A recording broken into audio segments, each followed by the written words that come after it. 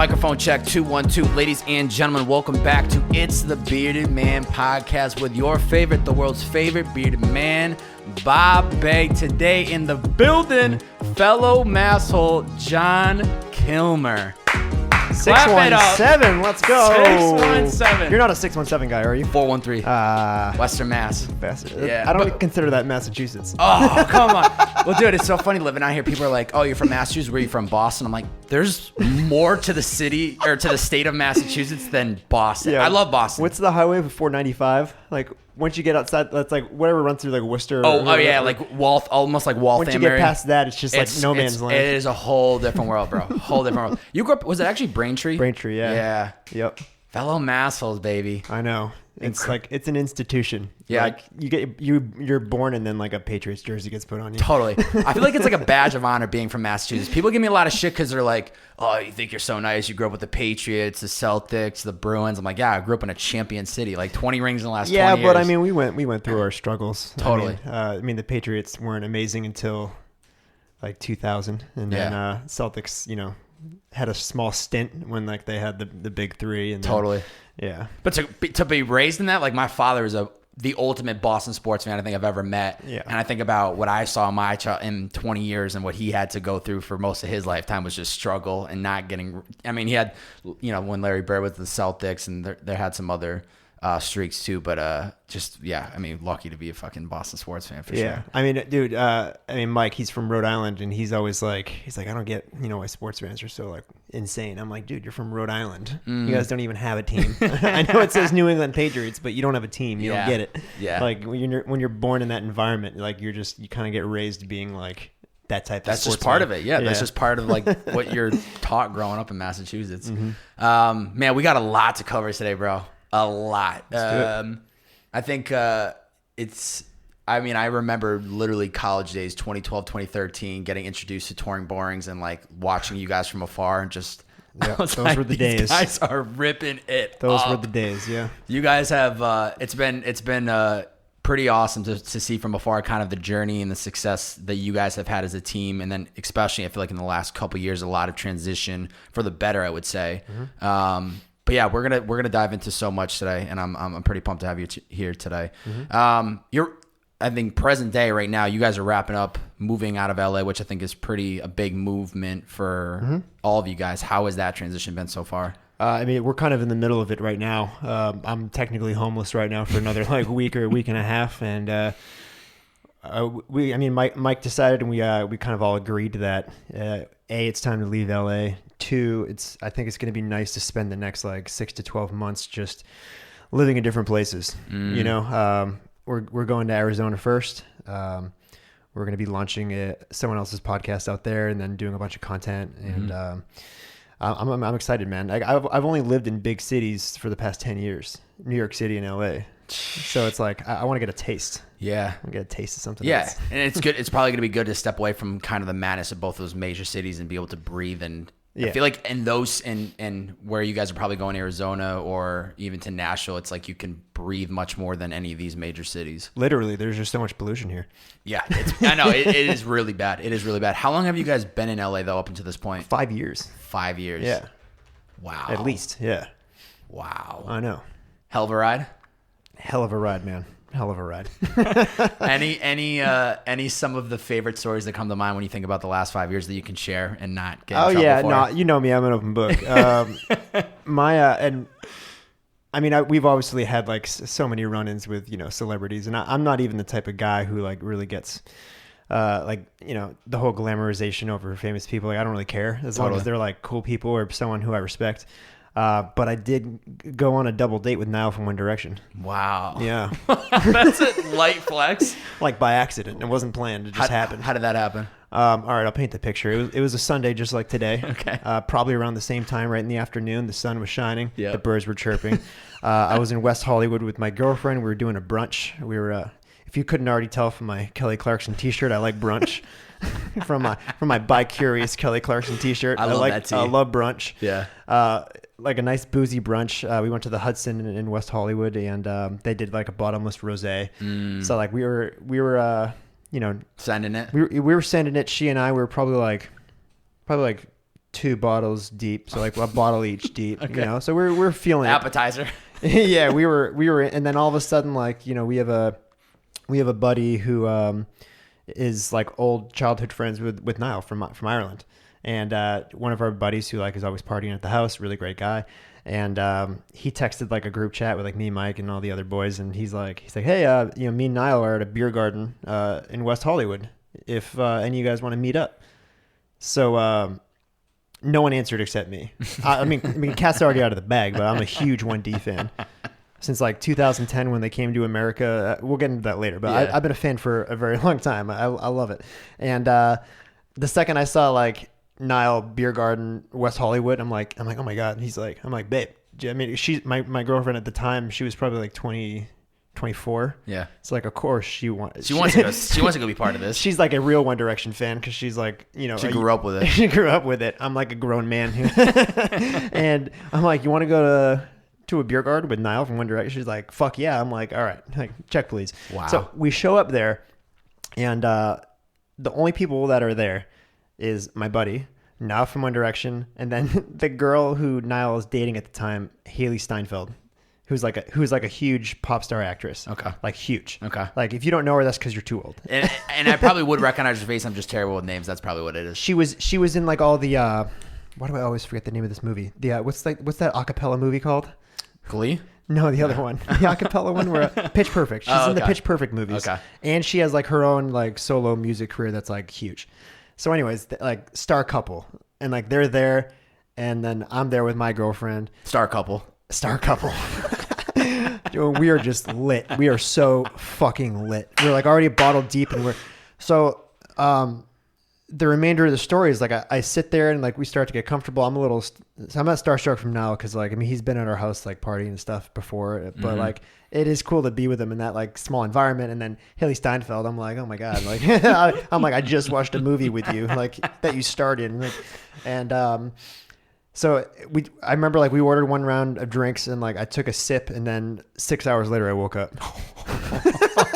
All downhill from there. Just raging. My girl and I woke up at midnight in her bed. My God. And I'm like, what the fuck? I'm like, how did we get here? What happened? Yeah. And like I legit don't really remember what took place. Yeah. I know that we were at the beer garden for like an hour or so, and then we went to EPLP, which is like a nice little rooftop scene. We were there LA. We were there for a little while. Yeah. Had a very LA afternoon. And it was just like 3-4 hours I can't account for with Niall from One Direction and Haley Steinfeld. And there was like a whole year that went by where I didn't see Niall, and I was just so fucking like disturbed at like what I could have said or done to like make him think I'm like a total like sleazeball loser. And since then I've verified that I wasn't too bad. Oh my God. That's the most LA shit of all time right there. Wow. But like, of all the people I've met, that's one of those stories that stands out because just 1D for life. Yeah, that's great. You should probably get that tatted on 1D for life. 1D for life. You should get that tatted on That's you pretty at some sus point. tattoo. Could be a little sus. This guy hangs out in front of middle schools.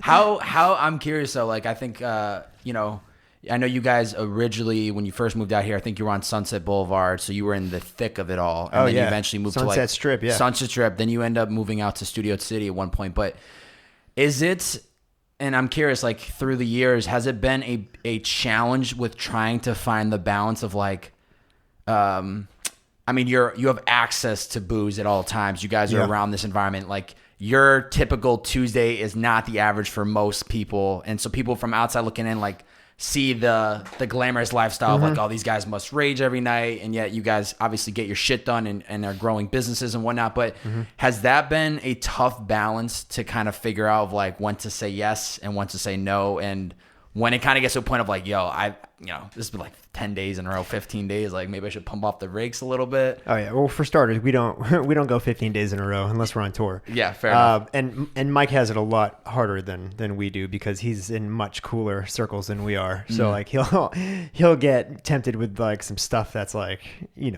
far beyond cool than stuff that I get tempted with. But no, I mean, we've stayed independent, this entire time for like 10 years now. So when you do that, you become very, dependent, self-dependent and independent, of just doing things yourself. Yeah. And when you get like brought up that way in the music industry of like constantly having to do stuff yourself, it just like, that just becomes the standard or the norm. It's like, well, we have to do this ourselves. No one else is going to do it for us. And we have a tight knit team of, less than 10 people. So that's doing everything. Yeah. So, I mean, it's just kind of, it's the yin and the yang, you have a good time, but you got to get everything done. Yeah. I feel like for the most part too, you guys have kept that same team of 10 throughout probably the career, which I think speaks loud to that bond that you guys have built. And then just kind of the vision for where you guys have been going, because I've seen it. And I even, a friend of mine that I was grabbing dinner with last night, similar situation. They come up together, and now people, because money's involved, they're cutting people off because, it's all about the dollar sign. But I think from afar, you guys have really maintained a strong bond as a team, which I think just speaks loudly to the movement and to, everyone that's associated within you guys within that circle. Yeah, no, absolutely. It's weird. Like I obviously don't have like a normal life compared to people I went to high school with, for example. I went to my high school 10-year reunion like a year or two ago, and no, it was longer than that. It was like, anyways, a couple of years. I'm like, how old am I again?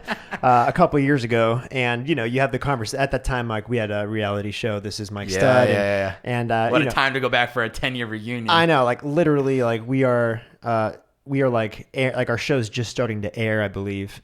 And like, I went to like a stuffy private school. So like you talking to everyone, and like, they're there with their spouses, and like, they're like, yeah, I'm selling insurance. And they're like, yeah, like, we just had this kid. And I'm like, yeah, I just filmed this reality show where I got drunk with my friends for 2 months straight and pissed my pants every other day. And it's going to be on TV, 8 p.m. every Wednesday if you want to check it out.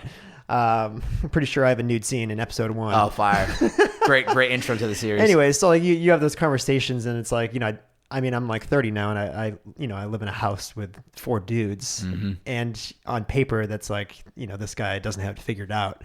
But, it's weird that we could for the amount of time we spend together, like everything's just so cohesive. No one ever fights, really, unless it's like some obliterated drunk moment. Like totally. No one ever fights. Everyone gets along. There's just like a way of doing things, and it's just like, I don't know, it's a perfect harmony, man. Yeah. Did you enjoy the years with the TV show? Because I feel like that all probably stemmed back from the touring Born days, which I think is all off YouTube now at this point. Did you guys take all that down? Yeah. R.I.P. That was some in today's social climate, totally. Not that we ever did anything wrong, and not that I think we'll ever get quote unquote canceled or whatever. But in today's climate, like, why risk it? Totally. We had that time. It was a great fucking ride. Yeah. And we're just moving on. Yeah. But what's interesting is I think that series ultimately inspired and probably got that network interested in wanting to do a TV show. 2 years into that web series, which for people who don't know, Touring's Boring, it was just like it was a kind of a vlog before vlogs were a thing, and it was just kind of tracked us on tour, and like, all the mishaps that we had, and like the drunken craziness, the girls, speaking of like being an independent artist when you're like in your mid 20s and not knowing what the fuck you're doing and kind of mockerizing it. That's what the vlog was. And then like 2 years into it, like it became so popular, we started pitching it to networks and to production companies, and another 2 years went by before we found like the perfect match. And then, we finally signed a deal with a production company, got a network, and then it became a show.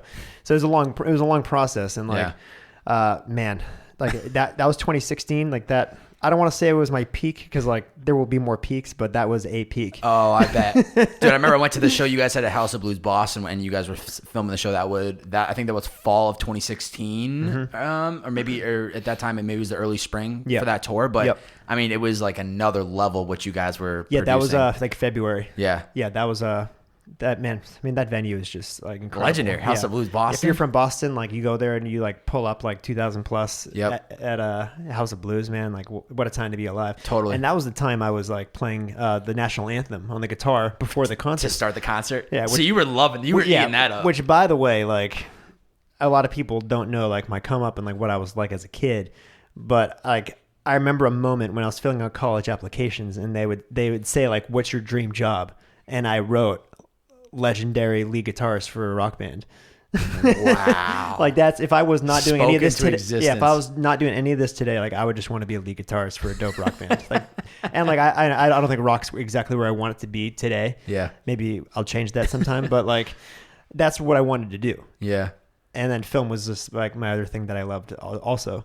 So then like, I don't even know whose idea it was, but like it got to the point where I was playing. Yeah. I went out before Mike came on stage and I just ripped like this like heavy metal, like Hendrix national anthem, you know, in front of like thousands of people every night. And that was like literally like the most adrenaline I've ever had ever, especially, oh my God. especially House of Blues when you go out in front of like 2,000 people. Yeah. It's like, and like, you know, our fans, like, you know, they love us. Totally. It's like a very diehard, you know, fan base. And, you know, just going out there and having everyone like scream and stuff and just fucking ripping it on the acts. Like, dude, that was, and then having a TV show there to fucking film you, talk about an ego boost. Yeah, Man. and that's and that's technically like your hometown Yeah. show, being from Braintree. Like that is the closest you could be to your hometown and be in front of like family and friends. Yeah, people always ask like, what have been like the highlight moments of like this ride so far? And like, I think the first time in like 2014 when we sold out Boston House of Blues, like there is no feeling that matched that, like coming on to the stage. Yeah, you know, like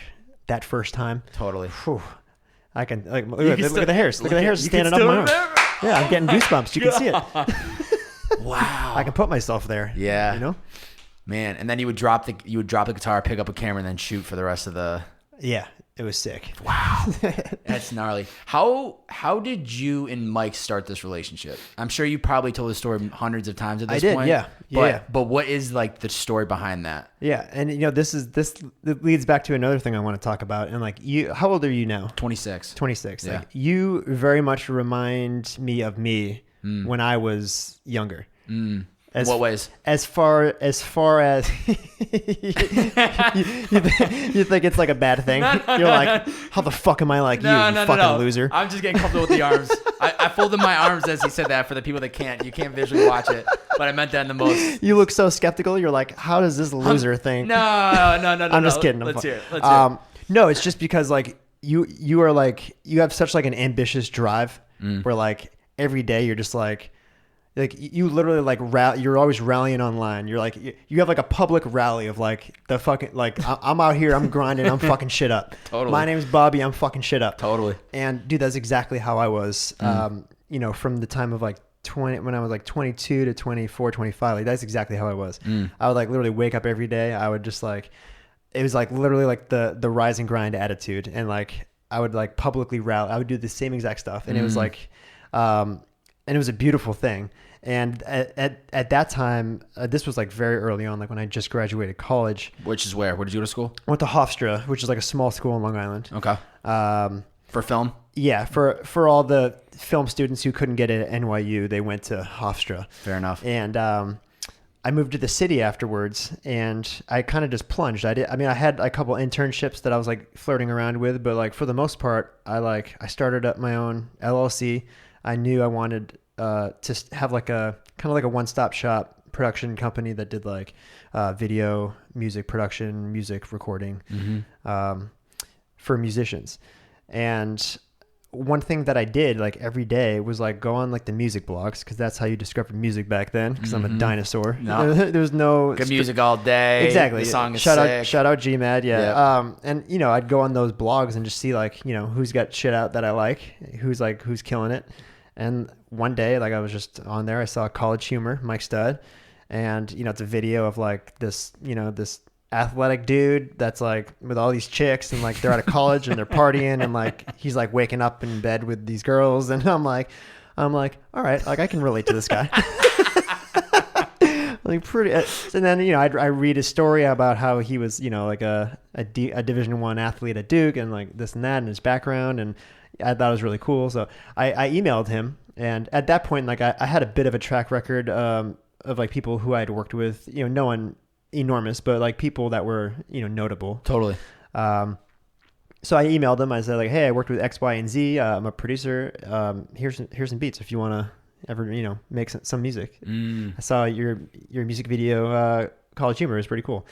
And then he got back to me, and then he picked a beat. He's like, I like this one. I'm going to make a song out of it. And that was like his third song I think he ever made. And then it came time to shooting a video for it. And I'm like, oh, I do videos too. I'm a film major and whatever. I got a degree in film. And he came to New York. We shot a music video for it, and the rest is history. Wow. Yeah. Talk about somebody who's providing double value. You're producing music, and then, I can also shoot your visuals for that. Yeah. I mean, that's like, and Mike will probably agree, but like when he started out, like I was just an incredible asset for him because I could kind of do like the job of three people just as one single person, which wasn't, I mean, it's not really common now either, but especially back then, I mean, like equipment wasn't as accessible as it is now for music and film. Yeah. And it was, in like 2011-ish times, like, cameras were expensive, audio equipment's more expensive. So it was just harder to have all that stuff. So the fact that like I was providing all those things like was very helpful. Yeah. Mm-hmm. So that initially starts it. And then from there throughout, it just was a continuous slow growth. Like were there other people that you started to work with or how did you? Oh yeah, no, like people, you're talking about other artists that I worked with? No, just in general, like obviously when you're first starting off with him, it probably takes a bit of time before you realize this is probably what I'm going to do full time or like put all of my energy into it. Oh yeah, for sure. So within that time, you're also working with him, but then you're also working with other artists. Are you also working on other film projects? Like what was that looking like? Yeah, I would say the first like year or two of working with Mike, like 2011, 2012, I definitely was still like full-time working with other artists. And it was funny. Like there were times when like I would do a gig where I'd film like a college show for like a DJ at like some college, in like Pennsylvania, for example. And like Mike would also be there and I didn't know. And that happened like 3 or 4 times when obviously we were working together and like we were very friendly with each other, but we were literally like running into each other at concerts we didn't know we were going to be at. Wow. Like all around the country, which was hilarious. Wow. I'm like, oh, Mike, I didn't know you were on the bill. Like I'm with this DJ. Yeah, we're filming. Yeah. And then I'm like, yeah, I'll film your set. Like whatever. So yeah, and like, I joke like, during the whole frat rap era, I've probably shot music videos for all of them. Yeah. Every white rapper, every white college rapper, and it's funny, like some of them went on to, besides Mike, some of them went on to like do some very big things. Who are you speaking of? Like Arizona Zervis, for example. Damn. I used to do these contests way back in the day called like Win a Free Music Video from Jon Kilmer. Yeah. And like I used to put out these beat albums where it would just be like an album of beats and like for rappers to just use for free, like, Totally. And I used to release it through like goodmusikalday.com. And to promote them, I did this contest called Win a Free Music Video with Jon Kilmer, and you'd have to like freestyle over one of the beats, and whoever had the best freestyle just won a free music video from me in New York City. Wow. And I think Arizona was the second person to win the contest. No way. Yeah, I wish I could dig that video up. What year is this probably? This was probably 2013 maybe. Holy shit. Yeah. And I mean, he would kill me if any of those videos surfaced today. But like the free music video he won, like I still have the video. It's not public, but I still have it. And totally. He does not look the same as he does now. No.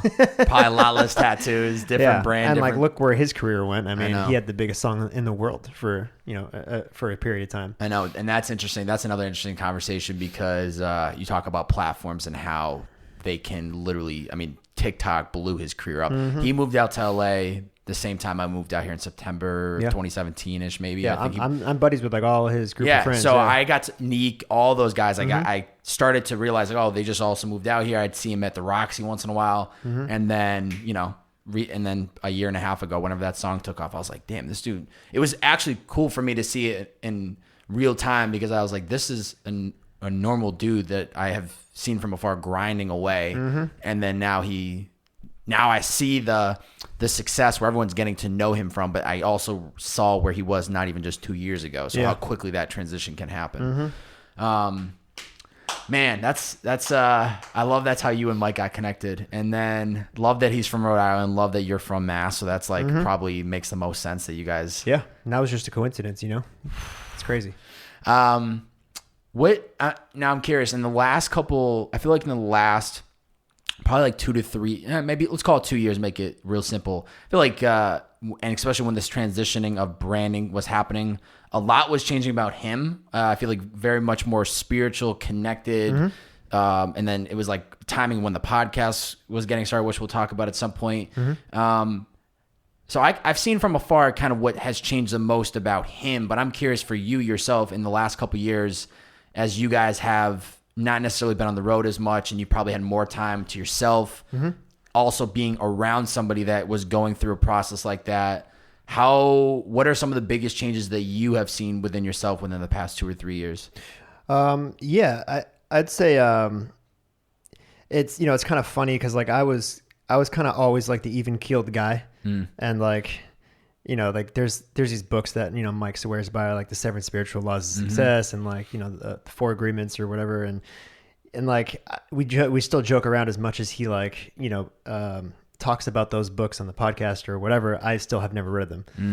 and he's like, honestly, you don't need these books because like like I legit like just never get angry or upset, and like I never really self-reflected why that was, and I'm starting to, but I just never really got upset about stuff, or I stressed obviously if I had a lot of stuff on my plate, but like I never really got angry or upset or had even like when you were growing up, just in general, like I don't know about growing up, but definitely in the last 10 years or so, and my girlfriend would say otherwise, but I never really, I've never, I never really get angry about anything. I've never like screamed at anyone, but like to speak beyond that, like I have, especially the last, couple of years, I've been doing a lot more self-reflection, and it's, the catalyst was probably, not being able to tour for a little while, and it kind of forces you to, sit in silence and reflect more, which I think is important. Totally. People don't really do that as much as they should these days because of just so much outside noise. Totally. And I have been reading more, and which has caused more self-reflection. And dude, it's kind of like, it's just if anything, it's brought like more peace to my mind. And it's really helped with like my own identity of like just knowing who I am and being happy with who I am. I mean, outside looking in, dude, for me, from what I've seen of who you are, you're a fucking confident person. You do what you want with respectfully. And I think you, from what I've seen from afar for so long, is like, you're like Mr. Big energy. Like there's no, and obviously I think when cameras are rolling and people are creating content, like of course we, amplify a little bit. You amplify, of course, but at the end of the day, there's a lot of that realness where I go, this is somebody that is in an incredible position, but seems to be taking advantage of the opportunities that he's around. And like, you're just confidently yourself, which is very hard to find in people where they can't stand for what they believe in, or, it's just a different energy or different mindset. I think that most people, it takes a long time to learn that. Yeah. I'm actually just starting a new book. It's got super popular. It's called Think Like a Monk by Jay Shetty. So happy you're bringing this up. Have you read it already? I'm halfway through it right now. I'm only like a couple chapters in. Okay. But like the whole beginning is kind of talking about, your own identity and really grinding down and thinking like what you want as a person, and we're always influenced of like what we want because there's so much outside noise of like what we see from, being raised by our parents to what you see on social media to like, you have to kind of like really think, are these things that I want, or are these things that other people or society is forcing you to believe that you need to be happy. Yeah. Yeah. And man, like it's, for instance, like if you grow up with like really great parents, which I was fortunate enough to have, have had, you look at their lives and how they raised you, and, you want to be like them because like they're great people, and they gave you a great life. But then it's like, you really think and you're like, well, do I actually want, the same life that they have, or the one like that they imposed on me? Like, do I actually, is that actually like what I want? And it's like, that's like a hard question to ask yourself, and man, I just love that book so far. And again, in the first chapter, they talk about letting go. Yeah. Massive. Massive. Have you ever like dabbled with meditating at all? I'm going to start to, I think. Game changer, John. Another thing that, Mike is probably going to never work for me ever again if I don't meditate in the next 6 months. I think he actually texted me that in the last like couple of weeks. He's like, we can't be friends if you don't start meditating. And that, like, I completely agree. Like, cause again, like no one sits in silence anymore. Yeah. There was like, they talk about a study in that book where like they had students who had to go into a room and sit in silence for 15 minutes. And then they got to like listen to music or do whatever after that. And then like, they would literally like they would like induce a shock on themselves so they could stop sitting in silence so they could do something else. Crazy. Like they'd rather shock themselves than sit in silence, which is insane. Crazy. And I've always been an advocate of, being in silence and, whether it's eating a meal by yourself or, going for a walk or, that's kind of how that was kind of my life for a while, was like sitting at a desk and like working by myself, in high school, I'd go home and I'd play guitar in my room by myself. And after college, I would, I'd wake up and I'd sit at a desk and I'd make beats all day and send emails. And then, it's like, I had a lot of alone time. Yeah. And I don't think I ever like realized the importance of like what it was doing for me. Mm-hmm. But now that like I have a book that's kind of like, connecting the dots, it's like, it's just making me like realize how important it is. Yeah.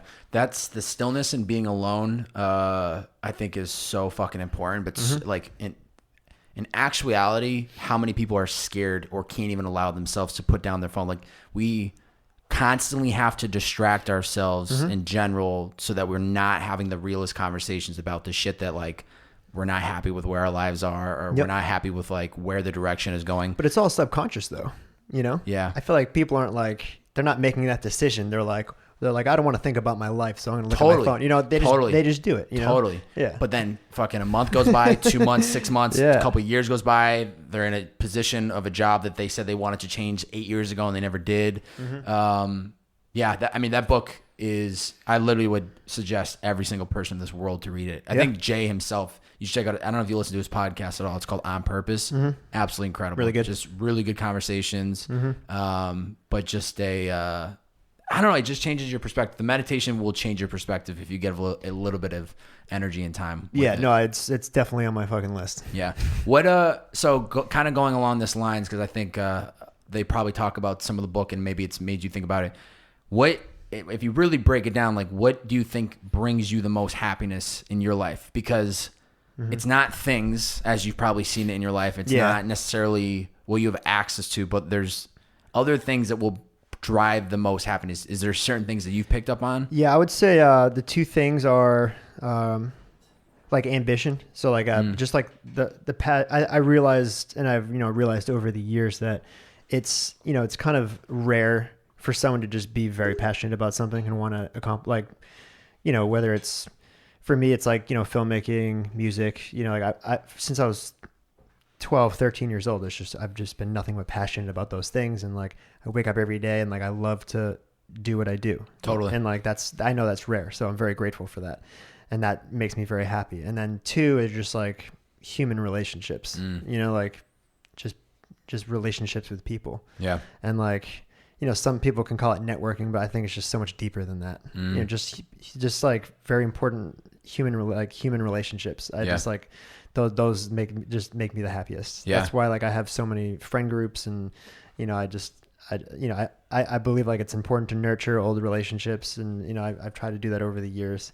So that also brings me happiness. Yeah, the passion is the most important thing that I don't even realize how much of a blessing it is to have something every day that I wake up and I'm working on, regardless of like what the results are, regardless of what other people think of the progress. Like just the process of chasing after something that's bigger than ourselves is so much in itself a fucking reward and a success. Because I think so many times that we attribute happiness and success to these big achievements, but in actuality, and we've heard it probably millions of times in podcasts or read it in books, the process of actually showing up and consistently doing something regardless of the results is the fucking happiness. It's the win. It's the key ingredient to finding or to happiness, because if we think that it's some certain destination or it's some car or it's some actual material thing that's going to bring us happiness, it's not. I mean, we've all been there where we like can't wait to buy that watch or that fucking pair of shoes, and then we get it and then we're like, all right, now I want the next thing, or it doesn't actually drive you the most happiness. No, I totally agree. Man, what else, man? So much. Let's talk about the podcast. That's definitely something I want to talk about today. Okay. You Never Know podcast. Partnered with Liquid IV too. Let's give that a props out there. Shout out to Liquid IV and YNK Podcast partnership. Let's go. Saving my life. Let's go. It's been saving my life. Best sponsor of all time. Yes. Jon Kilmer here with another product. Jon Kilmer with a fantastic new product. One of the better reads that I come across in the podcast space. Thank you for giving me creative freedom. Oh, I yeah, appreciate it. You crush it. Everybody loves it at Look What I Mean. But for the people that I've showed it to, they get a kick out of it. Podcast starts in 2018. You kick it off with Marcus Stroman. Mm-hmm. I'm curious, what are those early conversations like about starting this podcast? How does this become an actual show versus you guys probably just spitballing the idea of wanting to start one? I mean, I'll admit, like we sort of hopped on the bandwagon of, when podcasts started to become more popular. Mike was like, I think we should start a podcast, Mm-hmm. So it wasn't like, some revolutionary, innovative idea to start a podcast, which I think, this year people have been a lot more gung-ho about starting podcasts. But, and Mike was always a huge Rogan fan, and as was I was always on at the house. And I think, he felt that we had Touring Sporing is a great example of a way we connected with our fans where we could kind of show who we were, and like fans just like knew us on a personal level without ever meeting us. And then there was a period of time after that where we just didn't have an outlet like that, where, we weren't able to, personally put ourselves out there. And then the podcast was just a fantastic way. Like you really get to know someone totally when you listen to them talk for an hour every week. Totally. So that's just been, a blessing to be able to do that again. I think that was, that was kind of the plan, to start a podcast for that reason. Yeah. And at the time too, I would imagine that's probably when like Mike is going through this transition of changing names / like not putting out music. So it's probably a good time to continue to give the audience something to gravitate towards or to digest that's related to the brand, but not the actual music and whatnot. Yeah. And we're lucky because, Mike's a popular guy. So he has a lot of cool friends that come on the podcast. Dude, yeah, that's what I'm saying. Dude, like I mean, just some of the people that you guys have been able to pull in, Jared Goff, Colin Underwood, Danny Amendola, Larry King. Like, I mean, some of the guests that you guys have been able to pull, even within the first 50 episodes, I think it speaks to the network and the people that you guys have surrounded yourself with. Yeah.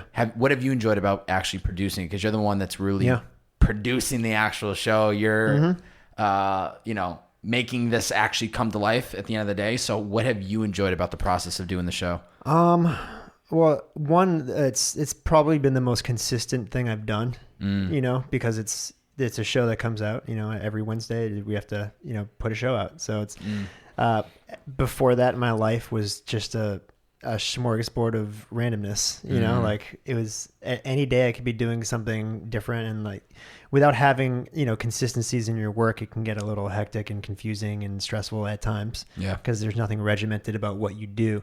So this definitely added regiment to my life, which I liked. But the podcast itself, just hearing everyone's stories. I mean, 'cause everyone to get to where they are had to overcome something. Totally. They had obstacles they had to overcome. And just hearing, some of these like tremendous people who are like, whether they're entrepreneurs or professional athletes or whatever, to hear their story and like what they had to overcome to get to where they are, it's just inspiring, man. Like I'm probably the number one fan of the podcast, because I listen to it the most because I have to. Yeah. But man, like just some of the stories, like I think it was like our third or fourth episode, the running back for the Steelers, James Conner. I didn't know his story, but like he overcame cancer, and like many injuries to get to the NFL. And like, I would have never known that. Yeah. And it's like sitting there and hearing his story, like in person, it's like, it's life-changing stuff. Yeah. Well, I think that's the beautiful thing about the podcast medium is that, this is the medium that has allowed people to hear what it's taken from people to get to where they are today. And so it's like you see people at the highest level doing, whether it's sports, music, entertainment, I mean, whatever you want to put up there. But you don't understand the steps that they took to get to where they are today. And especially I feel like in the last 5 years, it's now more of I don't want to say cool thing, but people are now showing the process more than 10 years ago, where it was like you only saw the end results. Yeah. You only saw when the movie came out. You didn't see like the behind the scenes or I think it's now like the people want to see the process. And so people want to hear about what the stuff that was going on behind the scenes. Yes, they want the final product, but they also want to understand what it took to get there. So I think the podcast in general just pulls back the curtain and allows people to get real. That's why it's called the YNK Podcast, the You Never Know Podcast, because the whole idea behind You Never Know, it's like, obviously Mike's story, he was supposed to be a major league pitcher, and he suffered an injury, and that didn't end up working out for him. So he got this whole new career that he never thought he would have. Yeah. And now he says, like, I'm way happier now than if I had been a Major League Baseball player. Yeah. He's like, I wouldn't trade this for anything. So he's like, the thing that changed my life the most, that I thought ruined my life, ended up being the best thing that ever happened to me. And then we had guests on that, like, same exact stories, like Colton Underwood, who was The Bachelor. He was supposed to be a football player, and he bounced around a bunch of teams, practice squads, and it never worked out. Yeah. And then one day, like, he became The Bachelor because he was just walking down the street one day and saw like a line of chicks like auditioning to be on the show, and he just like inquired. He's like, "Hey, what's this all about?" And then obviously he's like the handsomest guy ever. So like the TV producers were like, yeah, you're going to want to go upstairs and do an interview.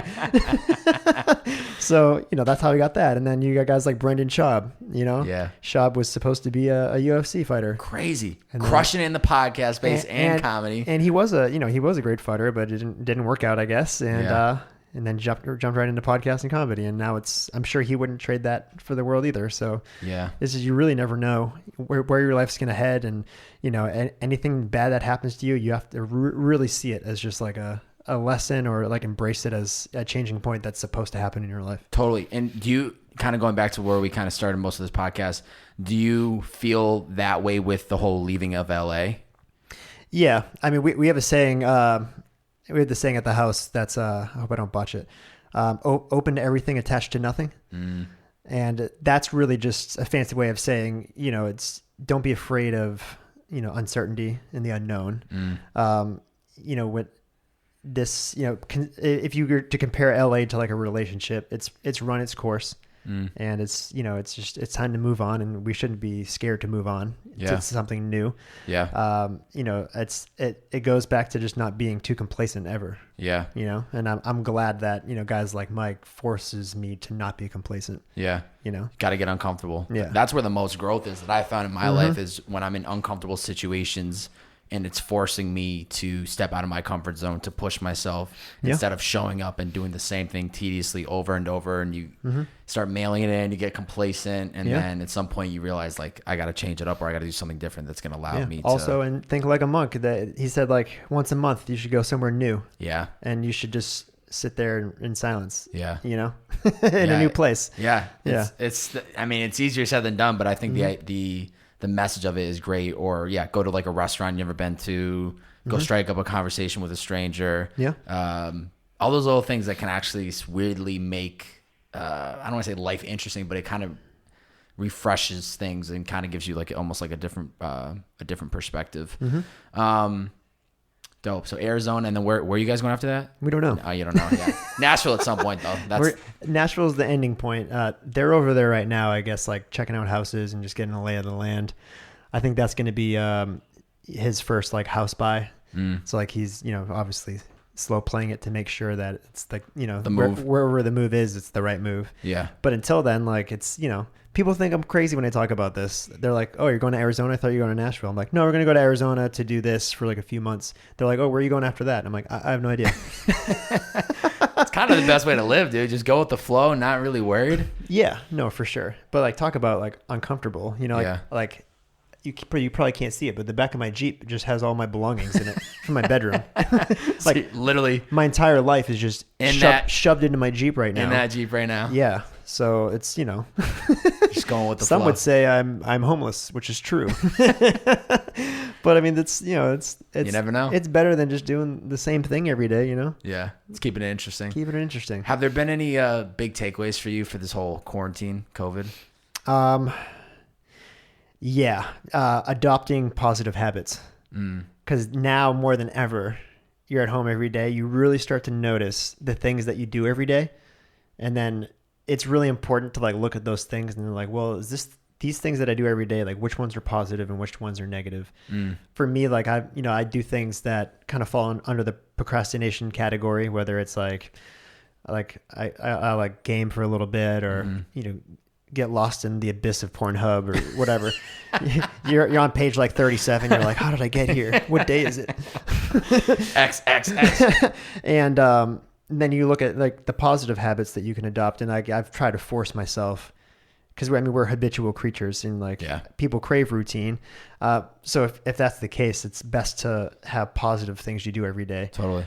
So I tried to adopt like walking more, going on walks. That's kind of my form of meditation, which I know is not a replacement for it, but in a way, like that's just kind of what clears my mind is if I just go on like a 30-40 minute walk just around my neighborhood. Reading books, listening to audiobooks. Those are like just some things I started to do more. And it stinks because like the gyms have been closed, and I've always been like an exercise guy. Yeah. So now it's like, all right, I can't really exercise as much. So I've just got outside in nature a little more, and just like started walking around and like being outside. And I don't know, those are the things that I've tried to do during all this. Have you found a way to get the active though, the fitness? Like, have you adjusted to that? Yeah. I mean, I work out from home, dude, and it's tough. It's tough. I mean, it's probably just because I'm a narcissistic egomaniac, but like I like having people around when I work out. Yeah. Whether it's like feeding off their energy, or I just have to like show off in front of people. I don't know. Show off the bicep curls. Yeah, I don't know which, but But now I just like go down to the park, and they have like the the COVID covered pull-up bars. Yeah. And you got to wear like doctor's gloves while you do pull-ups. So I just go do that. Yeah, no, it's been an adjustment. I'm questioning if I'll ever go back to a gym after this, because I've just adjusted to working out from home. And the time that I get back on my day is easily 20 to 25 minutes, which might not seem like a lot in the moment, but like when I multiply that in a week or in a month, and then the money, I mean, it's not, most gym memberships aren't bad. It's usually like $40 or $50 a month. So it's not a big deal, but I think more so the time that I'm saving, not going to the gym, not waiting for somebody to get off a machine, or there's any error, some hiccup. I'm actually contemplating that, like just completely canceling out the gym membership and working out from home. You start to see that, and I hate to say this because I've always been such like a meathead, but you start to see that, going for a run and then doing like yoga is a lot better mentally for you than going to the gym and trying to deadlift 400 pounds. It just mentally just puts you on a much better wave. Totally. Than being like some like roided out angry dude having like a peaceful run outdoors and then do yoga. So unfortunately I'm starting to see that too. Yeah. Well, we'll mail it down the gym status for a little bit. Yeah.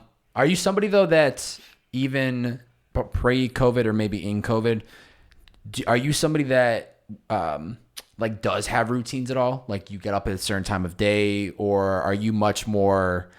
And I would maybe imagine it's probably the case of like, I think your guys because you're in the house with all these guys, the lifestyle is just so much different where time is just kind of rolling, and obviously you guys are getting your shit done. But I mean, there'll be times that I see you guys through Instagram. It's like Tuesday, 4:30 a.m. You guys are wrapping up Pong, and I'm like, yo, how did these guys do this shit? So like, now do you try to build some type of habit and schedule? Because I'm a creature of like, I know at 6 a.m. I wake up and I'm working out. So it's like the trigger of time and this consistency of doing that every day that it helps me show up and do that. Are you able to program any of that into your own life? Or is it just like wake up, what's on my to-do list, and then just start checking it off? It's funny at our house normally on a normal day, when I'm waking up for the day to start my work, Mike's just going to bed. No way. Yeah. No way. Like complete. So what time does he wake? When I say like complete opposite schedules.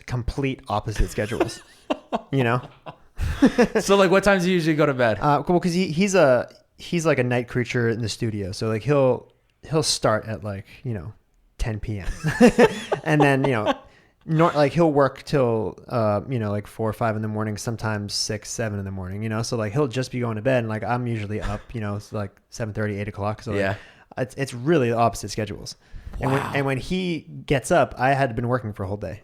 So if he goes to bed at that time, what time do you usually wake up? Like 2, 3 p.m.? So yeah, like he'll start his day around 2-ish, like that. Which like, but that's just his schedule. That's just what he likes. Yeah. And I'm the opposite. Like I'm more like you, where like I like to exercise in the morning, and like the hours of like the 9 to 5, 9 to 6, whatever, like that's when I'm most productive. That's when I enjoy working. Totally. Especially when it's light out. Yeah. Like, I don't know. I'm big on light. That's why I love getting up early, get up before the sun. Then I have the whole day with the light. And when the sun sets, I feel like it's okay to slow down and like I kind of change with the time of day. Yeah. And I watched an interesting Rogan episode where he had like a neuroscientist on, and it just talks about like how when you're younger, your brain is like has more plasticity, so you can like learn things easier, just because your brain is still in development. Whereas when you get older, your brain becomes less plastic, and it's harder for you to learn new things. It's harder. You have to try harder to learn new things as an adult, than when you're younger.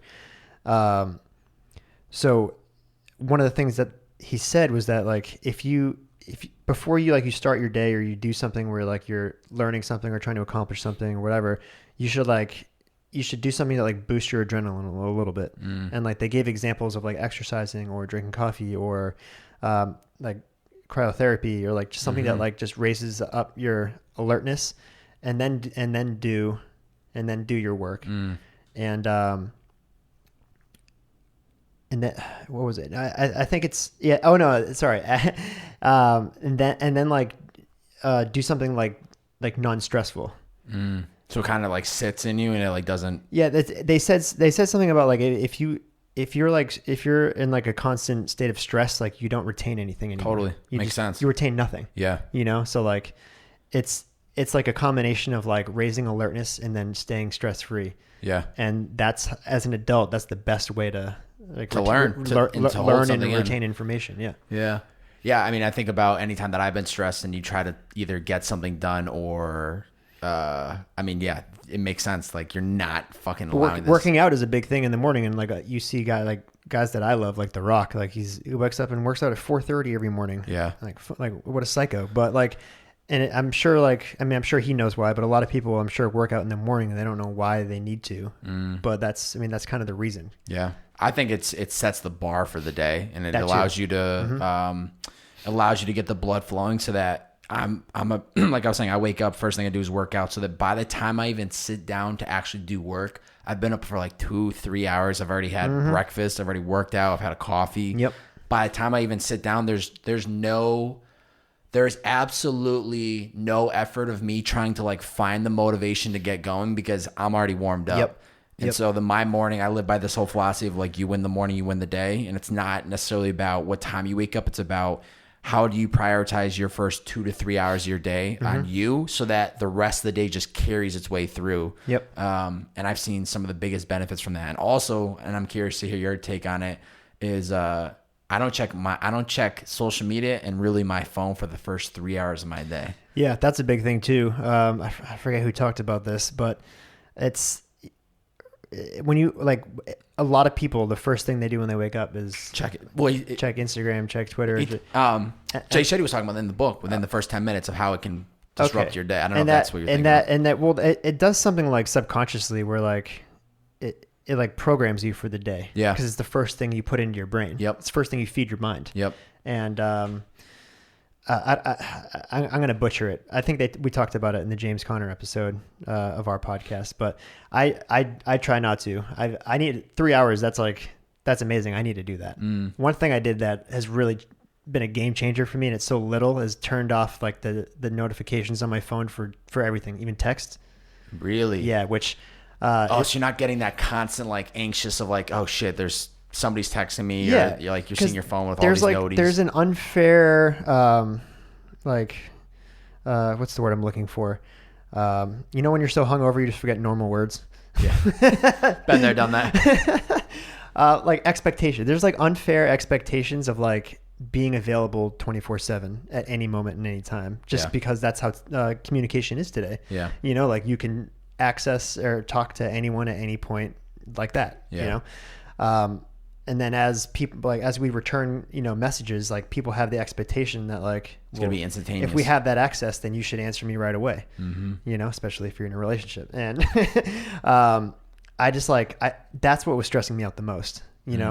Of just like, because I'm in a position with work where like people need stuff from me. So It's like if I'm constantly getting texts where it's like I need this, I need this, I need this, I need this, and like that is like a little buzz in my pocket, then like I don't know, it's something about it that just really stressed me out. So now it's like, I don't know who's messaging me ever, which can get annoying to some people, you know? Yeah. But for my own like mental well-being, it's just been absolute game changer. Wow. Yeah, that's really interesting. I never even considered. I just recently turned on my Instagram DM noties so that I could see when people hit me directly, because I was finding that I was checking Instagram because what if somebody important DM'd me?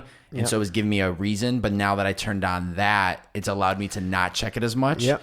But the idea of completely turning off noties that's huge. This is a real thing, but like we in a way, like we're kind of like brainwashing ourselves with like a Pavlovian response of like a little buzz going off in our pocket. Yeah. To the point where this is a real thing. It's called like a phantom vibrate, which means like you swear something in your pocket vibrates, but nothing did.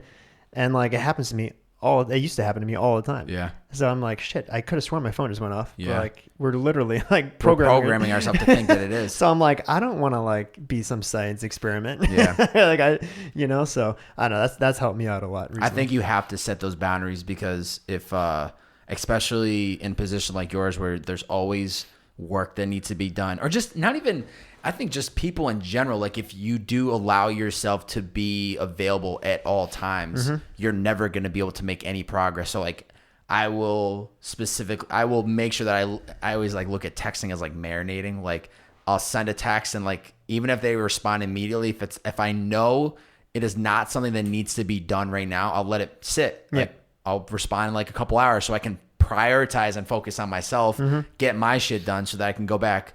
And I think being aware of like, do I have to respond to this right now? Or do I have to call this person back? Is anything going to change if I don't know? Then like let it be. But I think a lot of times people have that, like, I have to respond. I have to check social media. I got to see who's like responding and who's commenting versus being at a place where you're just, that you'll get back to it, but you're not judging yourself for like letting it sit. And I think that takes a lot of practice and discipline to fucking get your ability to do that. 100%. Damn, that's good, Kilmer. That's fucking good. I'm proud of you, brother. That's really good. What's something about you that you think most people might know? Might know? Might not know. Not know. Sorry, I fucked that up. Might know. What is something most people might know? So you've done tons of podcasts. You're a social person in the sense of like your life is on the internet. Obviously, you're a talent on the podcast itself for YNK. What do you think is something that most people still might know about you, even if you shared before? One big part of my life that's like starting to resurface now is being a music producer, which is like something I started out doing. That's how I started, as I used to wake up every day and I'd have a desk 2 inches from my bed because it was New York City. It was probably smaller in this room. Definitely smaller in this room. Wow. And my bed was on one side, and my desk, just like this desk behind me, like was right next to me. And I would make beats every day, and I'd email them to people. That was my life. And like I would hope to make like the $1,000, whatever my rent was back then, to pay my rent. Like that was my life. Wow. And then like a shift happened when like I became more valuable as a videographer. So I started shooting music videos and like became more of a video guy, going on tour shooting video, where like the music production like kind of fell by the wayside a little bit, but it was always something I grew up doing. I had been producing music since I was, I don't even remember, like 18 maybe. Yeah. 18, 19 years old. So it's something like I'd always done. And I'm just starting to like, it's just starting to resurface. I'm working with like a new artist, incredibly talented. His name's 44 Phantom. I think I've seen you post some of his stuff. Yeah, we're just starting to release stuff, but I mean, and over the years, like I've worked with artists, but like I made sure that I would only bring back the music production for an artist that like I could really bring value to. And like, finally, like, I'm working with someone who, the style is very like rock oriented, but still has a lot of like mainstream appeal as well. So I've loved getting back into music production, and like you think of like the 10,000 hour rule from like I forget which Malcolm Gladwell book, where they say like after 10,000 hours of doing something, you're an expert at that thing. Totally. And music production, like, granted, I haven't done a lot of it in a while. Like throughout my lifetime, I'm probably like, I did the math. I was close to like 6,000 hours probably. Wow. 6,000 to 7,000 hours just in music production, which I think is silly. Like it's something I don't really like. I don't really like say I am. Like I wouldn't say like, hey, I'm John, I'm a music producer. But it's like I'm very. It's part of you. But like I know I'm good at it, and like I'm very close to like, notably being like an expert at it. And I just think it's like silly not to see it through, you know? Yeah. I mean, even in the last couple of years, I know at the start when we were talking about how you and Mike first got introduced, you reach out to him, you send some beats, he gets on one of his songs, you shoot a video. But as your relationship has grown with him, do you step in the studio and like offer your advice on like how to enhance the production of the songs, or have you kind of like left that? We'll always have like little listening sessions. Yeah. Where like I'll just like listen and give my 2 cents, and it's like very hands off, and it's very just like giving my opinions on like little things throughout the song, and like, you know, he either takes it or leaves it, but like, yeah, there's still that relationship. But like, you got to understand, when I was producing for Mike, the guy after me was Louis Bell. Holy shit. Who is now the biggest producer in the world. Wow. So it's like, all right, I guess you don't need me to produce music anymore because you have Louis Bell producing music for you. So it's like, you know, as Mike's team got bigger, like I just became more of the video guy. And then as my music video career started to take off and I was living in New York, it's just like that took up all my time. So that's just what I did, because it was valuable to have, you know, music videos back then. Yeah. Not as much as you need them now. Yeah. Did Louis, was Mike, and I know they worked on the come up. I totally forgot about that. But when was the moment for Louis? Was there a certain artist or a certain song, or how did he pop? A lot of people don't know this, but I mean, Lou grew up the town over. Quincy, right? Quincy. Yeah. Quincy, Mass. Another Masshole. Let's go. Yeah. And Quincy's like very, very Massachusetts. Yeah. And Lou actually went to the same middle school that I went to. But he went when my older brother went there. Okay. So like they knew each other kind of. And I remember like during the MySpace days, like people would put their music on MySpace, and like I'd always look at like who the other musicians were that were putting out music in my area, and like I always saw Lou's name pop up on MySpace for like producing whatever. And I used to like listen to music that he did back then. And then it's just funny to see it full circle. Like Mike started working with him, like Huey worked with him, Mike worked with him. And I think just saw like how fucking talented he was. And then we were essentially, Mike was the reason that Lou came to LA. He essentially brought him out to LA, introduced him to like certain people, his management label and all that. And then they saw how talented Lou was. They put him in the room with some big people, and then he executed. The rest is history. Yeah. I mean, he's like legitimately like a genius. Yeah. Like, I mean, he's worked with some of the biggest artists in the world. Everyone. Wow. I know. It's like I've like firsthand seen his entire come growth. Up, and it's just like it's fascinating to see. Yeah. Well, it's cool that you guys all kind of came up around the same time together and have had your own journeys and success, but still everyone has kind of found their pocket and is doing incredibly well, which is pretty awesome to see, especially fellow Massholes. I love that. Yeah.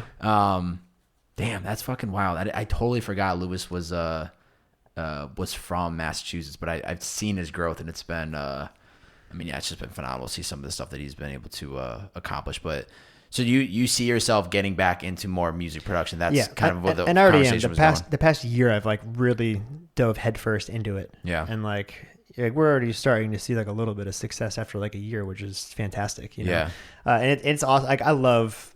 Like working with because this 44 fan, he's 19 years old. He just turned 19. Where's he from?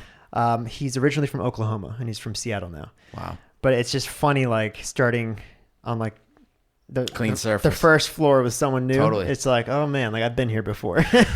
But you have all this knowledge to pull from, all this past experience, unsolicited advice I can give, and so that's great. Another thing a lot of people know this about me, but it's been kind of recent as well, is that like I've also dove headfirst into the independent film world as well. Glad I wanted to talk about that. Yeah, and like I definitely want to talk about this, because talk about like going after something that's bigger than yourself. Totally. I made my first film a few years ago, and It's called the Primrose. Primrose. Sorry, I'm terrible pronunciation. Primrose was prime, but the like easily the hardest thing I've ever had to do in my entire life, and it was on such a small scale. Like it was like the smallest of scales for a feature film, but easily the hardest thing I ever had to do. It was just working every day, all day for like 2 years, knowing I wasn't going to make any money from it. Probably lose money from it. So why do it then? Because one day I was like, John, like, you've always wanted to make movies. That's why I got into film in the first place, to make movies. Like I'll be real, like I like doing music videos, but I never like woke up every day saying I'm going to be the best music video, producer. There's just opportunity that was coming across your plate that you had to jump on. Well, no, yeah, I love music. It's an excellent medium, and it's a lot of fun. But that was never my end goal, was to make music videos. But that's just where my career went, and that's fine. I enjoyed it, I loved it. But ultimately, I wanted to make movies, and like you think about movies, it's like it almost doesn't seem real. It's like, how do I do this? And one day I'm like, well, if you're gonna start making movies, I guess you just have to make a movie. How else will I get better?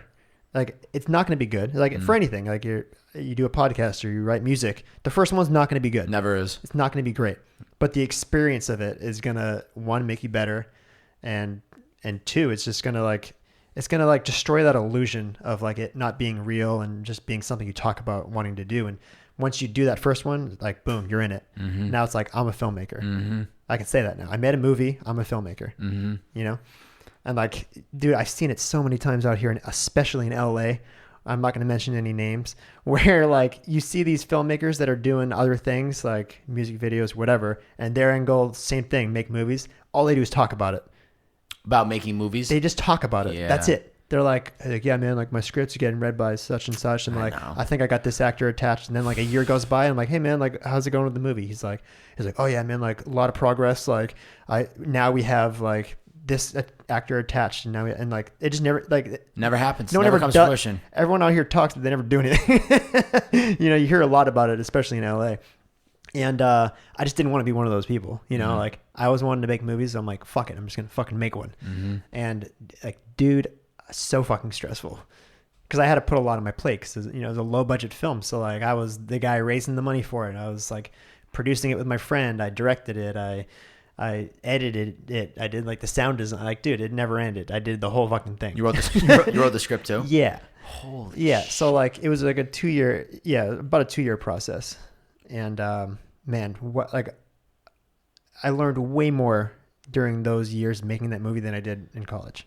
As a film major, Well, that's the best way to learn. Didn't even you're compare. saying, it's experience. You're out there actually doing the actual work more than talking about it or studying, and things are going to pop up as you're actually in the process of creating the film versus theoretically, oh, this could potentially happen. And it was foolish not to do it, because our fan base is so fantastic, and like I'm so blessed to have a group of people who are fans of us who will support us. So like I crowdfunded like $20,000. Wow. And then I put in like another 10 myself. So like $30,000 sounds like a lot, but for a movie it's nothing. Yeah. It's literally nothing.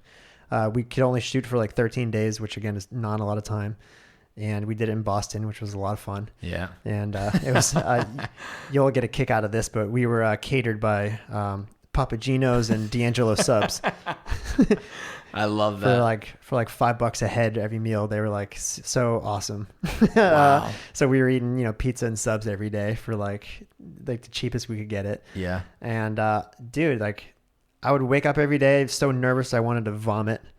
And by the end of it, like it was just like the best experience ever. In the process of that 2 years though, like were there a lot of times where you were just like, I don't know why I'm doing this? Or was you felt... There was never self-doubt. It was just stress. Just like the most amount of stress, Yeah. Well, it's so complex. I don't think people realize like how complex movie making is. No, and like how many puzzle pieces there are to doing the from an independent film. standpoint, it's very difficult because like a lot of people got to wear a lot of hats. Yeah. And like on like the largest of scales, funny story, our house was rented out for like a Warner Brothers show, Veronica Mars. Okay. Which it was Kristen Bell. And like long story short, they used our house for like a couple shooting days, so I got to see how many like people are on set for like a major shoot. Yeah. Not even a movie. There's just a show, a Warner Brothers show that was on Hulu. And dude, like they were there one shooting day for like 16 hours. There was like 80 people there, and they had like 3 or 4 prep days leading up to it. It ended up being like 2 minutes of one episode. 2 minutes. Yeah. Wow. And like all those people. So like you have to put it in perspective. Like, you know, when you get to the top and you have like unions of people like working and like everyone's doing their specific job, I imagine it wouldn't be as stressful. Totally. You know? Yeah. And like, I hope to one day get to that point, but you know, up until that point, you just got to wear a lot of hats, you know? What's good, I think what the benefit of those early stages of not even just filmmaking, but starting a business, starting a music career, you are forced to learn every angle, every part of the business because nobody else is going to do it except for you. So it's like in that 2-year period, there's parts of the filmmaking that you're like, you would never want to do again, but you're always going to be able to pull on that experience when there's a time when there's a bigger budget and you have somebody that can directly do the job, but you're able to go, I did this before. You can have the conversation with people. Totally. I mean, that's why like last movie, like I was always like a videographer. I knew cameras. So like my director of photography and I, like we worked very well together because I could speak that language. But then when it comes to like actors, I've never acted before. So like I had to do things a little like differently. So like now I'm just like, I want to take acting classes because then I can speak that language and I can be a director where I can speak to actors correctly. Yeah. So like that's, you know, another learning thing that I'm going to want to do. Yeah. But yeah, dude, it's as if like that torture wasn't enough on movie 1. I'm already breaking ground on movie number 2. Well, I was going to say, dude, it sounds like it was a hell of an experience. So what's giving you the inspiration to now go for the second one? The catalyst was COVID, the quarantine. You know, I'm like, I'm stuck at home every day. Like, it's got to stop being a pussy and just make the next one.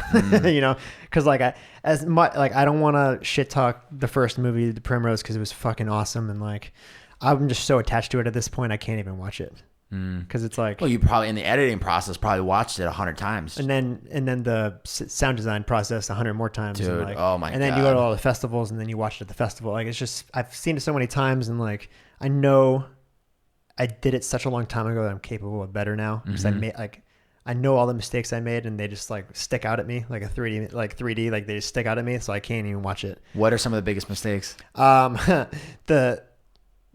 of the biggest rookie mistakes I made was the writing process. I had never written a full-length screenplay, and like I went to school for it, so like I know, like, you know, I know the rules and like how a story should be crafted and whatever, like how you should create characters and like what needs to happen. But man, like there are things that like when you write a script, when you know you don't have a lot of money to make the film, you have to like adjust the script to make it economically make sense. And that's by like not having a lot of locations, not having a lot of actors. So what did I do? I had a fucking lot of locations and a ton of actors. And like, dude, these were actors I had to search high and low. Like I used like these websites to like audition people from all over the country. And like, I had to basically find people who were willing to do it for nothing but room and board. Wow. You know? So like, but dude, there was like, oh my God, like 8 or 9 main characters and then like a whole ensemble cast. And like, dude, it was a mess. So that was the first mistake. And the fact that we did it in 13 days and I actually scheduled it, it was like insane. But the other mistake I made was like, when you write dialogue for a screenplay, like if it looks nice on the page, it doesn't mean it's going to be good on the screen, you know? Because people would read the script and they'd be like, this script is incredible. Like, oh my God, I love it. Like, it's so beautifully written. And then like you do a scene and you're like this is all useless. Like 90% of the scene, like it's just fluff. They're talking about nothing to progress like the story. So like, for instance, for example, like it was like 100 and something page script, and like the rough cut was like an hour 50, and then I cut it down to like an hour 17. Holy shit! You cut out a lot. So like, you think about the time and money you spent to shoot and prepare for all those shooting days for scenes that didn't even make the final cut because you didn't write it correctly. You then go back and you're like, fuck, I should have just written this script better. But I would have never learned that if I didn't go through all that. So now it's like, I'm like really writing a script where I'm like, all right, let's write something that's, you know, cheap enough to make this time. Yeah. You Not know? so many scenes, least amount of actors. Yeah. So that you're in the process of writing now, ideally. So is it going to be tough now to try to even film that sometime? Yeah. We're not in a rush. My partner and I, Jiggy, who's a comedian in New York, a longtime friend of mine, he worked with me on the first film, and he's much more involved on this one. We just had like a 3-day writing session in New York City when I was back on the East Coast. Mm-hmm. We just like 2.5 days, like nonstop, we probably wrote like 50 pages of the movie. It was like probably a little more than half the movie we just wrote in 3 days, and we're going to try to finish it in like the next couple of weeks. And we've had the idea forever, but the real kicker, and this is why I love the independent side of things and like doing things on my own and learning and like whatever. I didn't want to do crowdfunding again because Kickstarter is great, but like I, for one, don't like asking people for money. Mm-hmm. It's just, for whatever reason, I don't like doing it. Mm-hmm. Especially like our fan base who like already supports us enough. Like I hate, asking for money. So I'm like, how can I raise money without asking people for money? So I came up with this idea. I knew I wanted to do it through the constructs of music streaming. Because when you stream a song, you're technically like paying out the artist per stream. Mm-hmm. It's not a lot. It's like not even a half a penny per stream. Yeah. But like people already have these streaming services. So like if I ask them to stream something, they don't have to pay me any money. It's really just like the act of clicking a play button. Totally. So I'm like, all right, that's the first step. And then my partner came up with the idea. He's like, what if we made sleep therapy albums on Spotify and Apple Music, and you only need like a minute for it to count as a stream. So all the songs are a minute, and it's like the Calm app. Wow. So like there's an album, all the tracks are a minute, and it's just like a 35-minute album that you can put on loop of like, one is like thunderstorms, one is the beach, one is like a campfire, and it's mixed with like those like calming frequencies, like 432 hertz or something, or whatever the calming frequency is, like that, like weaving in and out. And I'm guessing you produced it. Oh yeah. See, it's all full circling. I'm a sleep therapy producer now. And we called it the Snoozers. That's our artist name, the Snoozers. Yeah. We're the bad boys of sleep. And wait, is this the billboard? Yeah, we had a real billboard. You had a billboard. We had a billboard in Orlando.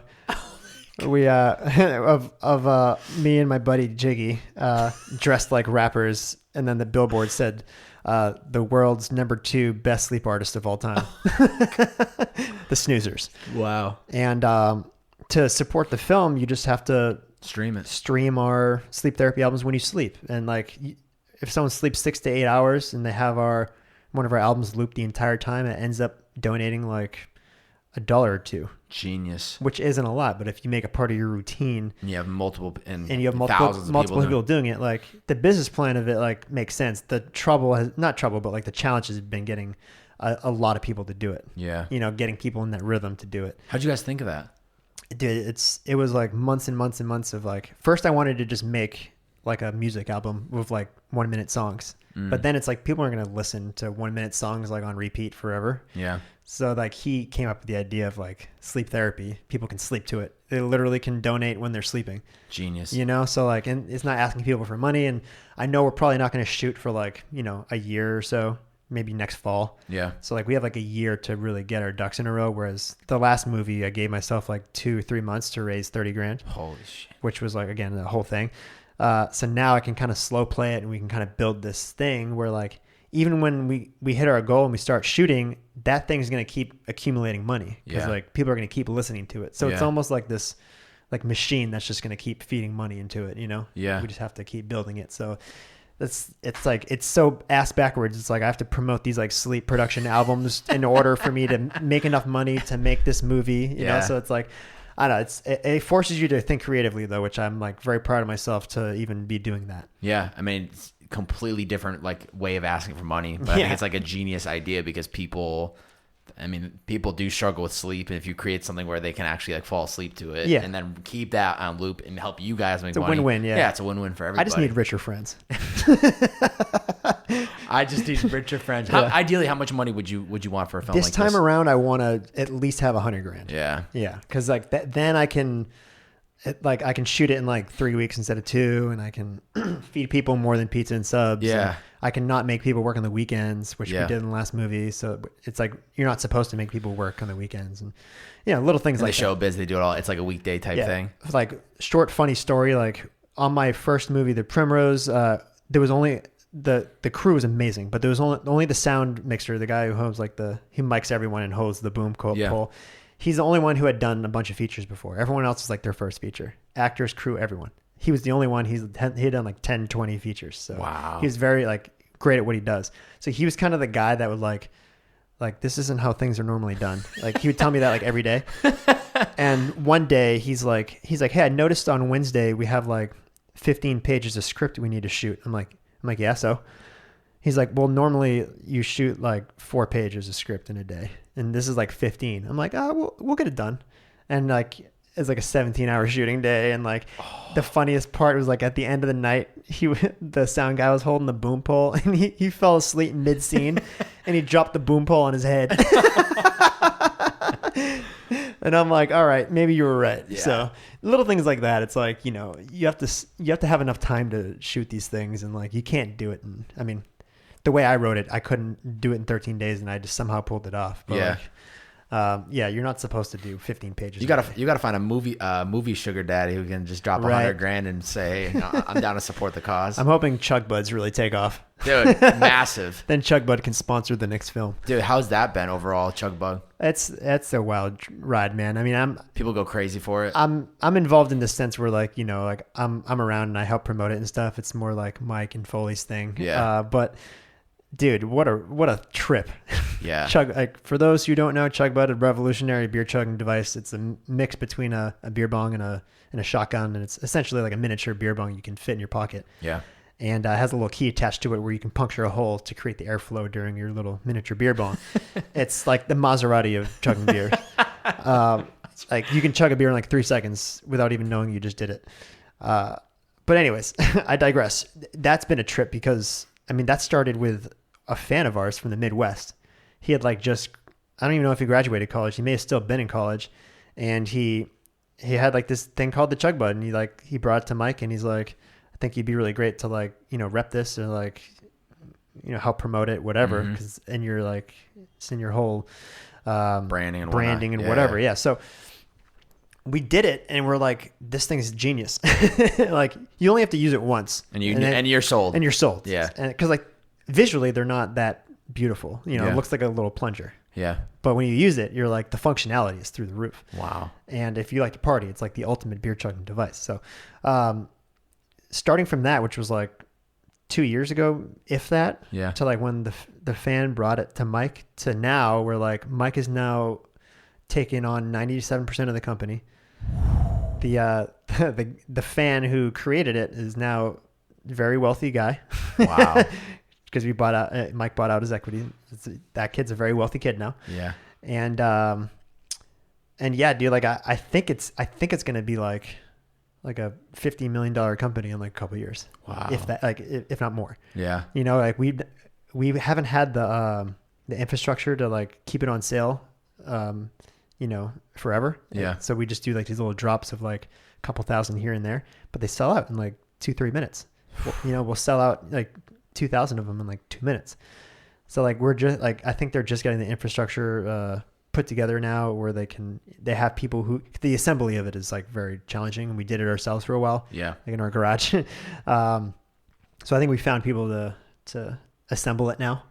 Genius. Yeah. And, we can just start selling it. But so I'm very excited to like see where that takes us, like, again, you never know. Like Mike probably thought he's gonna be like super, super rich from music, but now it's going to be from this beer chugging device. Which I'm sure he's not going to be mad about if that's the vehicle to make that type of money. Yeah. It's who we are. Wow. I know. Yeah, it's amazing. Every time I see some of the drops for the Chug Bug, it just goes nuts. People fucking buy it. It sells out quick. Yeah. And then I think you guys have I think for the recent episode you did like a custom build for Jimmy Tatro. Yes. We did the Real Bros. Of yeah, Simi Valley that's super Bud. dope. So that's even another area that could be huge for the brand. Oh, the customization doing of them. customization to a certain. I mean, you hear people like, "Oh, I bought them like for all my groomsmen." Yeah. And my wedding. And totally. Like, And yeah, the customization is going to be huge, and licensing to like other companies and stuff. Like, Yeah. I know I probably can't talk about like the partnerships that we have in line, but like, you know, some big people are like very interested in, you know, Of course. just like buying it in bulk and selling it themselves. So like, you know, Massive. yeah, the possibilities are endless, but it's just a tough thing. It's like, I compare it to like, you know, those like stupid circle things people put in the back of their phone. Those little like. Yep, I have one. You have one. When I say stupid, I mean like sock pocket. When I say stupid, whatever the hell they call it. When I say stupid, they're not stupid. I mean like when you look at it, like you don't know what the fuck it is. Yeah. When it's not attached to a phone, you're just looking at it. Yeah. You're like, what is this? Yeah. And like you don't really understand how good it is until you use it. Yeah. And put it on your phone. Totally. Chug bars are the same way. You look at it and you're like, what the fuck is this? It looks like a sex toy. Yeah. It's like a little tube, but like it looks like you'd shove it up your ass. Yeah. But then you actually chug a beer with it and you're like, oh, like, this is sick. Yeah. So it's one product of sells itself. It's one of those things where like, you know, you just have to get people on board with it, and it's already our fan base is like insanely on board with it. But like once it hits like nationally, I think it's just gonna blow up. That's massive. Yeah, it's gonna be huge. Yeah, it's good for you guys jumping on that and seeing it and going, this is a huge opportunity. Then just It's hard not to. Yeah. Products. I haven't tried one yet, but when I get the chance, I'll definitely be trying one. I can tell that. Yeah, I chugged a beer last night without a chug bud, and it was like Didn't feel the same? It was the weirdest thing I've Didn't ever feel done. the same? Oh my god. Yeah, you won't go back. I can't go back. I'm spoiled, man. You won't go back. Yeah. What do you think is one of your greatest strengths and one of your greatest weaknesses? I think one of my greatest strengths is being affable, just like being able to be comfortable in any room with any type of person, and like my ability to communicate with really anyone and like find common ground with anyone. That's good. That's a good strength. Just off the top of my head, because like I've just been around so many different types of people, and like I've never felt really uncomfortable in a room for the most part. So like I'm grateful that I'm that way. And then my weakness, women. Get out of here. You're a fucking brick wall. They don't penetrate your heart. Women. No way. Anyone who knows me knows that. It's no way. Yeah, my weakness is women. No way. You mean the weakness in the sense of like you cave? They're your kryptonite? Yeah, women are my kryptonite. It's like you talk about like, you know, distractions. Yeah. Like if I wasn't distracted by women, I would be a billionaire right now. So what gets you distracted by them? Other than everything about them. Yeah. I know that's it. That could be that question can open a can of worms, but yeah. Do you find that you'll choose a woman versus working on yourself or prioritizing almost? It's shifting dramatically. Yeah. I mean, I have a girlfriend now, but like it's been shifting dramatically since like probably the last 4 years or so. It's shifted dramatically. Yeah. The first like 8 years of my career, like I was always fucking running off with some girl. I bet. Because of the position I was in, and like did I take advantage of it? Absolutely. Yeah. Like if like I'd be a fool. If anybody was in your shoes, John, when I think about those 2020, like 2012 days, 2013, when I was watching Touring Boring, I'm in my college dorm room. I'm envying you guys. And like, I wish I was in these guys' shoes because every single woman wants a piece of you guys. And like, you see guys like Gary Vee, who's like, I gave up my 20s. You know, I worked my ass off. I gave up my 20s to get to where I am today. And that's fine. If that's what you want to do and you want to make that sacrifice, if that's for you, fine. But it was not for me at all. Yeah. I made a deal with myself where I'm like, my 20s, I'm going to take advantage of this as much as possible and have the most fun I can possibly have. Yeah. And then my 30s is going to be about, you know, like becoming more wealthy and like building a legacy and, you know, starting a family and like that type of stuff. Yeah. So like here I am in my early 30s and like I'm thinking that way. And I'm proud of myself for thinking that way. Yeah. But man, my 20s, girls ruled the world. Dude.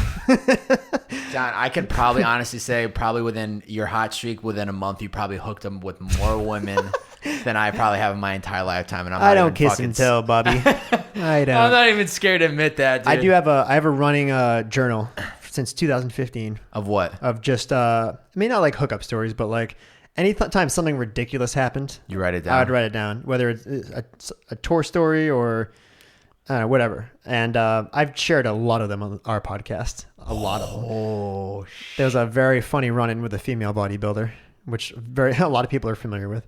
But they're more self-deprecating stories. It's not like, oh, I hooked up with this chick, then I hooked up with this chick. You know what I mean? Like no one wants to read that. They want to read the embarrassing stuff. Totally. So like it's all that, the meat, which I'm obsessed with Motley Crue's The Dirt. Mm-hmm. It's my favorite book. You know, like the movie came out. I'm so happy the movie came out, but so angry because the book is so much better. Okay. And they didn't even come close to doing it justice, and I don't think they ever could, unless it was like, you know, like a 8-part series or something. Totally. You know, they couldn't do it in an hour and a half. It was a joke. They tried to do it in an hour and a half.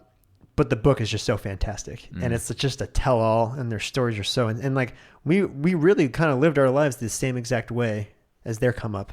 And what's funny is like their first house in LA was across the street from our first place in LA. Oh, that's gnarly. On the Sunset Strip. And like the come ups were different because like, you know, the club scene was bigger back then. That's how you got noticed, was playing clubs. Mm-hmm. So like in that sense, it was a little different, but they were, you know, 20 years old when they first started out and started to blow up a little bit. They're like 20, 21. And like we were, you know, 23, 24. So like just being young and, you know, being in that setting, that kind of like quote unquote rock star setting and touring and the girls, the partying, whatever. There's a lot of similarities. So like I was like, I want to write my own because like I have the stories to back it up and I have like the video footage to back it up. Oh, so I just started writing 5 years ago, and it could be a book today. Wow. But like, I'm going to hold out. I was going to say, you got to keep that book close to you and make sure nobody gets their hands on it. My poor parents. Oh, the things I put them through. They're so sweet. I'm so thankful for them. Like I remember watching the first episode of our reality show, This Is Mike Stud. And like, I like within 4 minutes of episode 1, they have me like in the back of the bus with some chick. And like, I knew the cameras were on me and I was like hamming it up for the cameras. And I'm like, I got a kick out of it that like I had a camera crew following me hooking up with girls. Like I thought it was funny. Yeah. So like I'm like screaming at this girl. I'm like, yeah, spank me, fucking spank me harder. And like I'm literally sitting with my parents. My dad's like 70. I'm like sitting with my parents, like watching this scene, and like, you know, they get a kick out of it. You know, like they're not like. And they're proud, you know, like what more can you ask for? But like, yeah, it's just funny being in those scenarios. Dude, you're in your 20s, bro. Like, especially at least those early years of like when you guys are really hitting your stride. Like, anybody that was in your shoes would have made the same decisions. Oh, for sure. And to be around I that, have zero regrets. Zero regrets. But talking about weaknesses, though, like if I had not let women distract me like I did in my 20s, I probably would be a lot further along today. Probably. How long you've been with your girl for how long now? Like almost 3 years. How's that been? It's good. It's I'm realizing as I get older, I don't know how I was in relationships before, because like I think there's like a degree of maturity and like totally just like life lessons you learn in order to be in a relationship. Yeah. So like when people in like their mid-20s talk about like your age, like being in like relationships and struggling, I'm like, of course you're struggling. Like you're trying to figure everything else out. You're 25, you're 26 years old. Like you don't even lived enough life to like understand relationships yet. And like I'm like just starting to kind of figure it out, and like what you need to like, you know, nurture a relationship and like what a relationship should be. Yeah. And it's been good. That's been another learning experience, you know? Yeah. I mean, it's commitment right there. It's energy. It's consistent. It's time. And being in a relationship with the fucking life I live, you know? Like she's from Iowa. So like she's programmed by seeing like her friends getting married when they're like 24, you know? And like a lot of them have kids already. Yeah. And then look on the other end of the spectrum, like Kilmer the filmer, like chugging beers all the time and like living with 4 dudes and like moving around and going on tour. Like it's not an easy guy to date. Yeah. You know, like I know I'm not an easy guy to date. So God bless her. God bless her heart. Now it's interesting timing. I think probably when you got in, so if it was 3 years ago, was Mike still with Jazzy at the time? Josie. So whoops. It's not like she's going to hear this. That's such an LA name. Jazzy. Jocelyn. No, it's funny. Mike and I have never been single at the same time, like in like 8 years. Wow. Or something like that. Because he dated her for like 3 years or something, and then they broke up, and then I started dating my girl for like, it's been like 3 years now. So even seeing him leave that relationship, you were still like, fuck it. I don't know how that relationship ended, but I would imagine there was probably some interesting conversations within both of you that you still were like, you had somebody you said, feels right, I'm going to hop in on this. Yeah, I don't even know how these things start, but like I'm a guy where like if something feels right, like I don't push it away, you know. So yeah. I don't know. It just it just kind of like naturally happened, and like it felt like the right thing to do. So that's why we started dating. And but yeah, man, it's weird. It's weird that Mike and I haven't been single and like together in like 60 years. Yeah.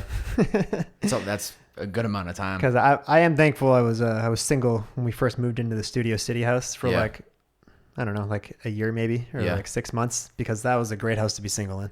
Totally. I was destroying the Bumble scene. Absolutely. Studio City Bumble scene?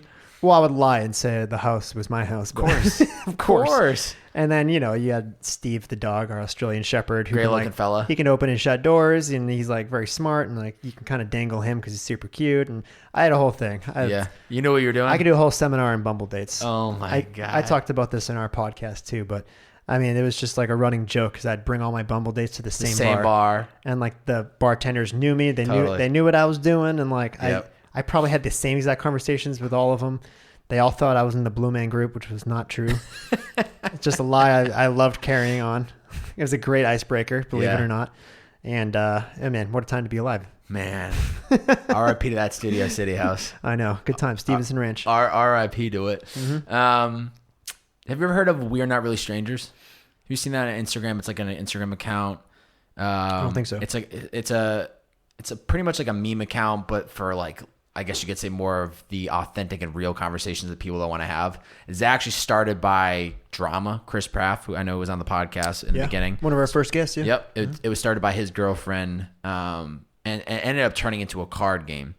Cards of Humanity, but for like real, authentic conversations, I guess you could say. Sick. So I bought the game a couple weeks ago, and what I do before guests come is I actually pull a card for you, and then I ask you the question. Sick. So I love it.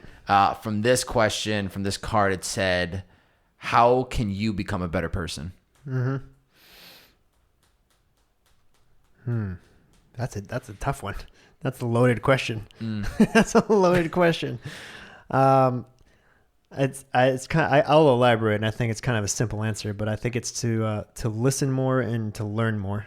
I think the two go hand in hand, and listening more kind of is in the more for like understanding the people around you, which I think is important. And the only way to do that is to listen. Yeah. And then learn more is more for like yourself, and it's for more like your just your own well-being and your own growth. Yeah. So I think it's a combination of the two. Yeah. Listen more and learn more. Yeah. And I think you're probably getting a lot of that listening more just from the podcast that you guys have been creating, which is interesting because I think some of the biggest learning that I've done the last 3-4 years has been solely from listening. Yeah. And, trying to just take mental notes, learn, adjust, to my life accordingly. But I think listening alone, you can learn so much. Just literally just listen. It's easier said than and learning's never been easier because so much free knowledge. It's like it's everywhere. Yep. You can learn anything. YouTube University, baby. You can learn anything. It's insane. YouTube University. It's crazy. Before I get into like the closing questions, any last hot topics, comments, thoughts, feelings? I feel like we touched on everything. Anything that's on the top of your mind? I don't know. This has been a very well-rounded conversation. Yeah, we've trickled our way around a little bit. Boston, your and Mike's relationship, podcast, filmmaking, COVID days.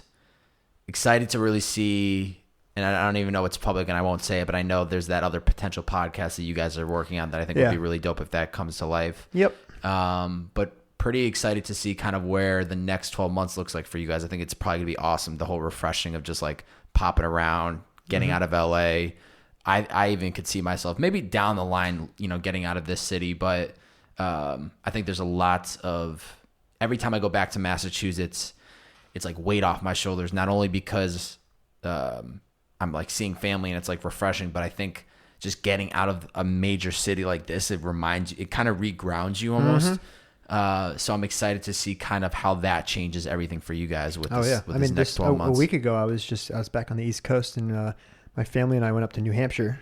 Oh, nice. Like literally the middle of nowhere in the sticks. Yeah. And like best time of year for this too. Dude, we spent a whole day apple picking and making homemade apple cider. Yeah. And it was like the best day I've had, I think, in like this entire year. Yeah. Being in nature, seeing the foliage, picking apples, and then this we have like this apple press and just like making making our own apple cider. I felt like a pilgrim. Like it was sick.